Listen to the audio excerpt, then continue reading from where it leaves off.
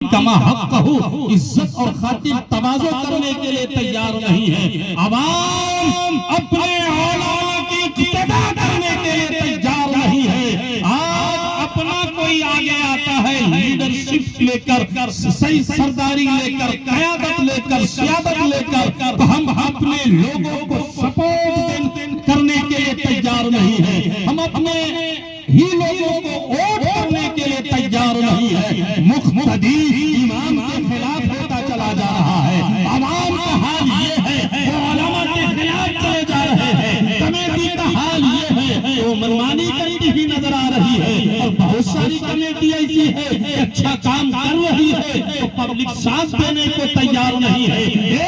हंगामा महशर हो उसको भूलो, यहाँ पे रह के शेषों बातों का ख्याल। शराब का दौर हमारे यहाँ चल रहा है, ताड़ी का दौर हमारे यहाँ चल रहा है, चुगली हमारे यहाँ है, गीबत हमारे यहाँ है, हसद हमारे यहाँ है, तुम्मा फेरी हमारे यहाँ है, हेर हमारे यहाँ है, नाव हमारे यहाँ है, बेईमानी शैतानी हमारे यहाँ है, लड़कीबाजी हमारे यहाँ है, लोंडियाबाजी हमारे यहाँ है। एक एक लड़का 10-10 लड़की से लगा हुआ, एक घंटा पहले किसी से बात करेगा, एक घंटा के बाद दूसरी से करेगा, फिर एक घंटे के बाद तीसरी से करेगा। हमारे यहाँ लड़कियों का ये हाल है कि मनमानी करती नजर आ रही है। स्कूल जा रही है बेढब, कॉलेज जा रही है बेतरतीब, बाजार में घूम रही है मनमर्जी। हजरात हाल ये है जो लड़कों से ज्यादा लड़कियां मोबाइल इस्तेमाल कर रही हैं। किससे बात कर रही हैं माँ बाप को पता नहीं है, किससे गपशप लड़ा रही है घर के लोगों को मालूम नहीं है। और फिर देख के पता चला कि फला की बेटी फला चमार के साथ भाग गई,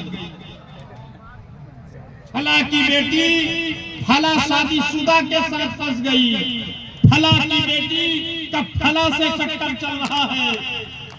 जलसा कराने वालों, जलसा में आने वालों, जलसा का पैगाम लेकर जाओ। जो तुम्हें मौलाना सऊद पैगाम देना चाहते हैं, जो तुम्हें हलचल शिवानी साहब पैगाम देना चाहते हैं, जो तुम्हें कारी एजाज साहब पैगाम देना चाहते हैं, जो तुम्हें मौलाना शहजाद पैगाम देना चाहते हैं, आज मोहब्बत बन गई जिम्मेदार स्टेज का नुमाया पैगाम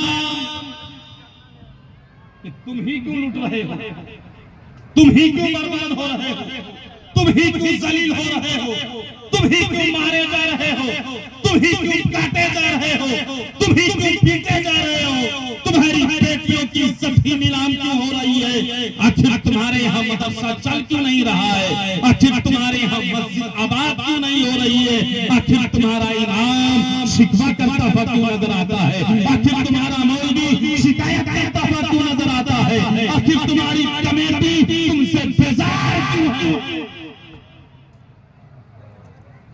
कुरान तुम्हारे पास, हदीस तुम्हारे पास, वली तुम्हारे पास, रसूल तुम्हारे पास, नबी तुम्हारे पास, तौहीद की दौलत तुम्हारे पास, अहदियत की दौलत तुम्हारे पास, समदियत की दौलत तुम्हारे पास, शरीयत की दौलत तुम्हारे पास, तरीक़त की दौलत तुम्हारे पास, मार्फत की दौलत तुम्हारे पास। और सबसे ज्यादा मखलूक, सबसे ज्यादा गरीब, सबसे ज्यादा परेशान हाल, सबसे ज्यादा जेल में तुम ही क्यों हो।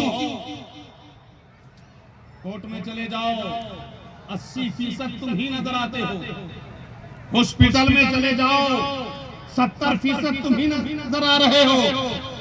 क्या मामला है ये? क्या मुसलमान इसीलिए है, मुसलमान इसीलिए है कि आपने गौर किया,